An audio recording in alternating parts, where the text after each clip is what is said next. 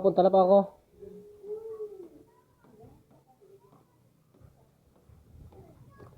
Yun, magpapalit tayo ng bagong gulong ulit. Pangatlong palit na natin ito ng gulong. Replacement lang na gulong, hindi original. Pero pwede na. Yun, may kasama na siyang tire sealant tsaka pito. Napunta na ako sa Daet.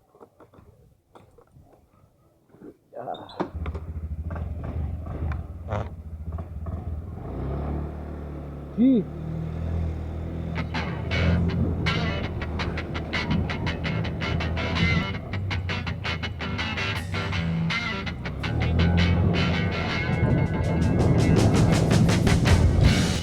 Ay, medyo kalumong ka.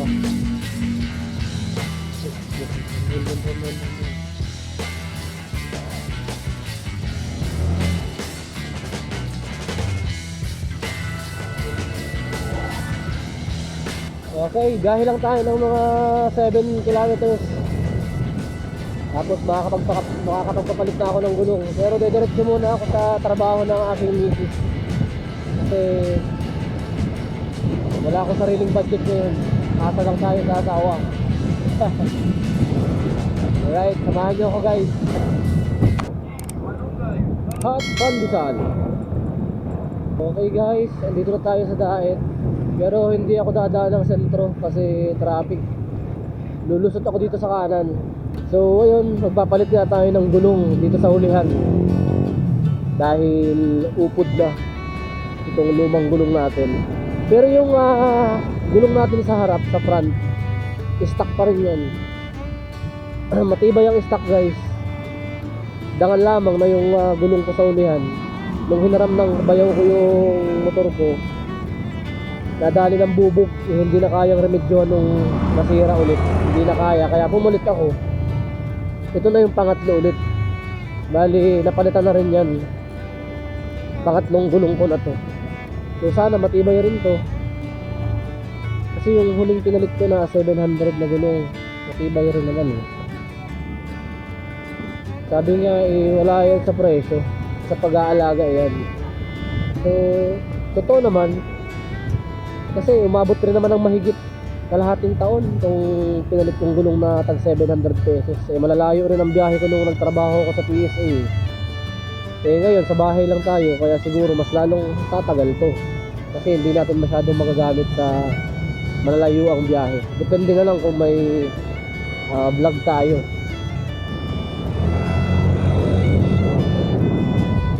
Alright, nakaliwa na ako dito. Sige. Ako muna par. Thank you. So diretso na ako dun sa trabaho ng asawa ko. Then after dun, pupunta na ako dun sa papalitan ng gulong. Kanan ulit. Guys, share ko lang. Ang saya-saya ko ngayon kasi finally malapit nang matapos tong motor ko. 2 taon ko kasi itong kinuha ng hulugan. Nag-down ako ng 20,000, tapos ang monthly ko 3,615. So nakaka 21 times na akong hulog. So bali 3 months na lang, sa April tapos ko na to. So hindi ko ma-imagine kung ano mga pwede kong mabili ditong accessories kapag tapos na tong motor ko. Kasi syempre makakaluwag-luwag na ulit. Isipin nyo yung 36 na yun, 3,600, napakalaking bagay din. So baka pag tapos ko na to, makukuhaan ko na din to ng top box, saka ilang mga accessories na for safety. Kasi syempre makakaluwag-luwag na tayo kahit paano. Ayun, malapit na ako dun sa pupuntahan ko guys. Bale, dyan ako magpapalit ng gulong. Pero pupunta muna ako dun sa asawa ko. Kasi gaya nga ng sabi ko, hihingi tayo ng budget para maikabit na tong gulong na to. Siya rin nag-order nito, pera niya rin ang pinambayad dito sa Shopee. 700 pesos lang din to, pero mas maganda to kasi may libre ng tire sealant tsaka pito.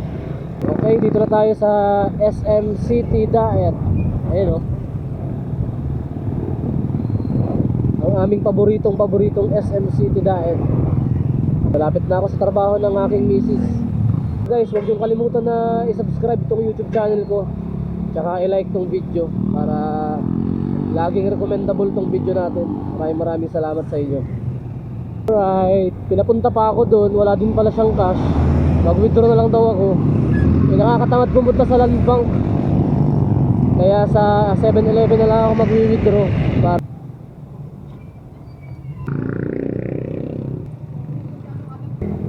Uy, sana all may top box. Honda Beat na may top box eh, version 3. Dito ako magpapaayos guys.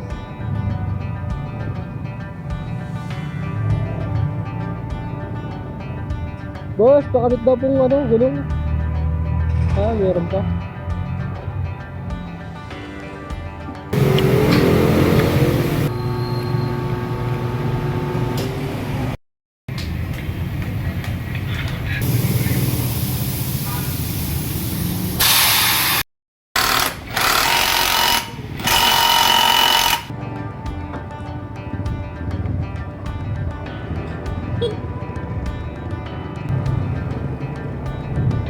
Alright, nakapalit ng gulong. Ayos na, bagong palit na ang gulong natin. Kaya pala ako nagpapalit din ng gulong ngayon kasi may biyahe kami sa Huwebes. May a-attendan kaming kasal sa Bula, Camarines Sur. Yun, another long ride na naman. Mga halos 140 kilometers papunta dun sa Bula, Camarines Sur kung hindi ako nagkakamali. Saan tayo ng kasal, mas maganda yun yung safe kasi may back ride din ako eh. Kasama ko yung asawa ko. Ayun, kaya nagpapalit din tayo ng gulong ngayon. Isa yun sa mga purpose. Ayun, tamang antay muna ako dito guys. Asawa ko dito ako ngayon sa Jetty. Ayan. Ito yun, bagong palit natin gulong. In-order lang sa Shopee ato, sa TikTok. Ang tatak niya ay Noro.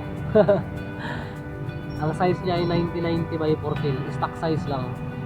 Pinalagyan ko na rin niya ng tire sealant. Laban-laban na ulit tayo sa long ride.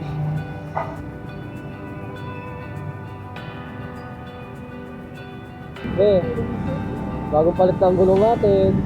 Bagong palit na ang gulong natin. Pauwi na kami guys. Bibili lang kami ng ulam sa sentro. Ano kaya?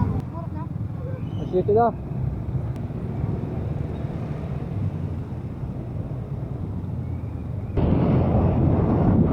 Ay, makakauli na sa wakas.